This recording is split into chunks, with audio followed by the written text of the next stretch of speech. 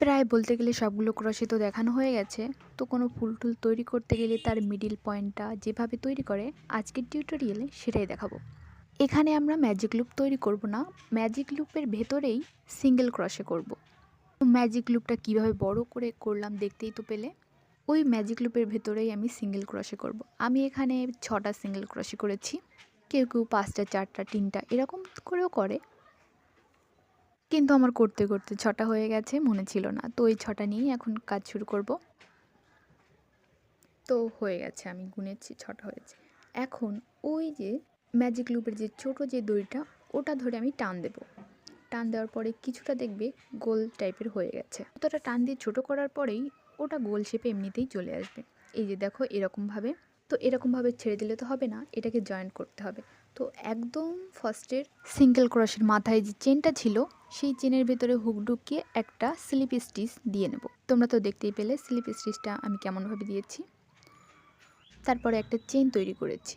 এরপরে ওই প্রতিটা চেনের ভেতর দিয়ে আমি আবার দুটো করে সিঙ্গেল ক্রোশে করব। তাহলে 6টার ভেতরে দুটো করে সিঙ্গেল ক্রোশে মোট 12টা সিঙ্গেল ক্রোশে করব ওই ছোট সার্কেলটার চারপাশে। সব কিছুর প্রসেস আমি যতবারই বলে দিই না কেন, প্রত্যেকটাই শিখতে হবে তোমার নিজের গরজে, দেখে দেখে। কারণ বলে বলে সব কিছু শেখানো যায় না, কিছুটা দেখে দেখেও শিখতে হয়। তো তোমরা তো দেখতেই পাচ্ছ আমি কেমন করে করছি। এই যে আমার উপরের সার্কেলটা প্রায় কমপ্লিট হয়ে গেছে বলতে গেলে, বা লাস্টের সিঙ্গেল ক্রোশেটা করছি, সেটা হয়ে গেছে। এখন এটাকে জয়েন করতে হবে। ওই জয়েন করতে হবে কিভাবে? ওই যে সেমভাবে স্লিপ স্টিচ দিয়ে জয়েন করতে হবে। এই যে দেখো হয়ে গেছে। তুমি চাইলে এর চারিপাশে সুন্দর সুন্দর কিছু ফুলের পাপড়ি দিয়ে একটা ফুল তৈরি করতে পারো। যেহেতু এটা ফুল তৈরির টিউটোরিয়াল নয়, তাই আমি এটাকে আরেকটু বড় করব এর চারিপাশে ডাবল ক্রোশে তৈরি করে।